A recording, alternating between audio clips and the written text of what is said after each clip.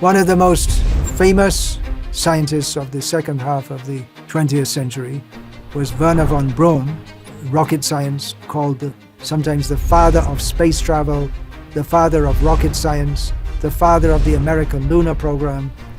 Also controversial because he was a Nazi. Before he came to America at the end of the Second World War, he was a major in developing the V-2 missile in Germany, and then he designed the American missiles and rockets during the space program. He became famous by popularizing science in collaboration with Walt Disney. And after retiring, he said that now at the end of his life, he thinks the only purpose of life is to research about God, to find out about God, and he eventually became a Christian. There was a British philosopher, Antony Flew, who caused a great stir in the atheistic world because originally he was a prominent promoter of atheism. He wrote a book in 1976 called The Presumption of Atheism, the thesis of which was that instead of taking as the standard mode of thought that there is a God, we should take as the standard presumption that there is no God. That atheism shouldn't be a rebuttal to theism, but it should be the standard intellectual position. However, Antony Flew in 2004 changed his position and stated that he now believed in the existence of an intelligent designer of the universe. And you can imagine his colleagues and fellow atheists became distraught. Antony Flew stated that in keeping with his lifelong commitment to go where the evidence leads, he now believed in the existence of a God. And in 2007, he wrote a book outlining his reasons for changing his position called There Is a God, How the World's Most Notorious Atheist Changed His Mind. The New York Times Magazine said that Flew's intellect had declined due to senility. When he was in good mental shape, he was an atheist. Then he became senile and believed in God.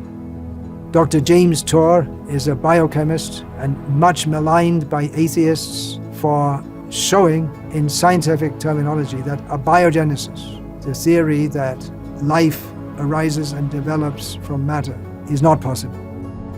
The simplest bacterium with its 256 protein coding genes, we have no idea how to build it. First of all, we don't know how to build the molecules, the 4 classes of molecules that are needed for it.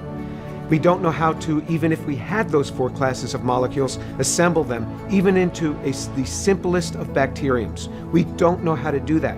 One can do that with the technologies we have today. We can make technologies, but we can't even make the simplest bacterium. Anybody who would say something contrary does not know what they are talking about. Dr. Tour is a Christian, and he's bold. He says that any statement to the effect that abiogenesis is possible is outright cheating. He openly says that the scientists who promote the origin of life simply from matter are cheating at every step. And you can imagine he gets a lot of pushback by the atheistically convinced who say that he's mendacious, he manipulates or misrepresents the evidence, and so on. Keith Ward wrote a book called The Evidence for God, The Case for the Existence of the Spiritual Dimension. John Polkinghorne, who died in 2021, was a Cambridge University top scientist, theoretical physicist. I mentioned him before. He was the professor of mathematical physics at Cambridge University from 1968 to 1979. Then he resigned and studied to become a priest and was ordained as an Anglican priest in 1982. He didn't reject his scientific studies or his scientific background, but he felt that religion is ultimately more important. He was no small-time scientist. He worked at 25 years in Cambridge in research. He played a role in the discovery of the quark, researched analytic and high-energy properties of Feynman integrals and the foundations of S-matrix theory, which means nothing to me and probably to most of the listeners. He was a big scientist. Scientists have learnt that the question to ask, I think both within science and beyond it, is not what is reasonable, as if we knew beforehand the shape that reason has to have. Nobody would, in 1899, would consider it reasonable that something could behave sometimes like a wave, spread out and flappy, sometimes like a little particle. But that, of course, is how light does behave. So the natural question for a scientist to ask is not, is it reasonable, but what makes you think that might be the case? In other words, I'm not going to tell you beforehand what an acceptable answer is going to be. If you tell me something surprising, you'll have to produce some motivating evidence to support it. He wrote that the question of the existence of God is the single most important question we face about the nature of reality. And he approvingly quoted Anthony Kenny as saying, "After all, if there is no God, then God is incalculably the greatest single creation of the human imagination." Polkinghorne addressed questions such as, does the concept of God make sense? And if so, is it reasonable to believe this concept to be factual? Polkinghorne, after his move to theism, suggested that the great German philosopher Leibniz's great question, why is there something rather than nothing, is answered by the reality of the existence of God. Polkinghorne wrote that the atheist's plain assertion of the world's existence is a grossly impoverished view of reality.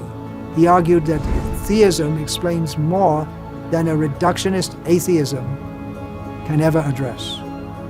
Referring to Gödel's incompleteness theory, Polkinghorne said, "If we cannot prove the consistency of arithmetic, it seems a bit much to hope that God's existence is easier to deal with." In other words, Gödel, a major theoretical mathematician, pointed out that, or didn't just point out, but he made a whole theorem to explain why the consistency of arithmetic cannot be proved. And of course, the consistency of arithmetic is at the basis, or the supposition of the consistency of arithmetic is at the basis of all mathematics, which is at the basis of all science. Gödel doesn't deny the consistency of arithmetic, but he proved that it cannot be proved.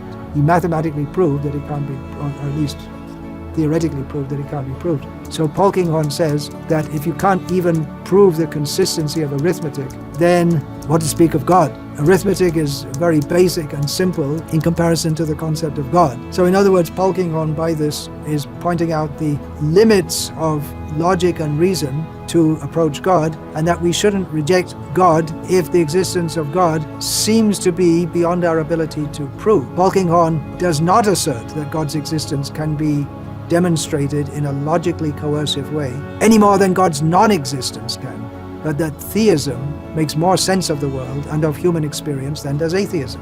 Polkinghorne in this regard cites in particular the intelligibility of the universe. He posits that if you say, okay, evolutionary selection produces hominoid minds, human minds, which are capable with coping with everyday experience for surviving and propagating.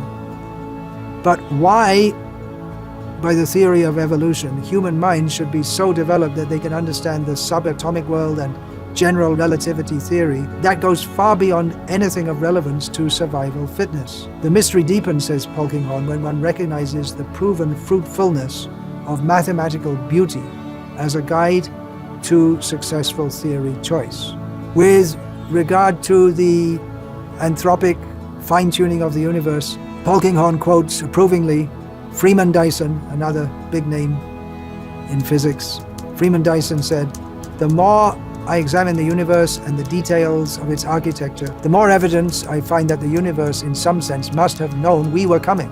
Building on this, Polkinghorne suggests that there is a wide consensus among physicists that either there are a very large number of other universes in a supposed multiverse, or that there is just one universe, which is the way it is in its anthropic fruitfulness, because it is the expression of the purposive design of a creator who has endowed it with the finely tuned potentiality for life.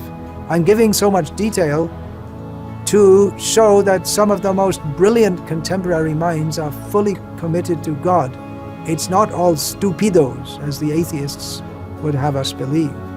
John Lennox is well known to those who followed the great atheism versus theism debates earlier this century. He confidently, robustly logically and cheerfully could stand up to and seem, maybe I'm biased, seemed to me to get the better of stalwart atheists, including Richard Dawkins and even Christopher Hitchens. Mathematician, emeritus professor of mathematics at Oxford University. Another major scholarly scientific theist is Alistair McGrath.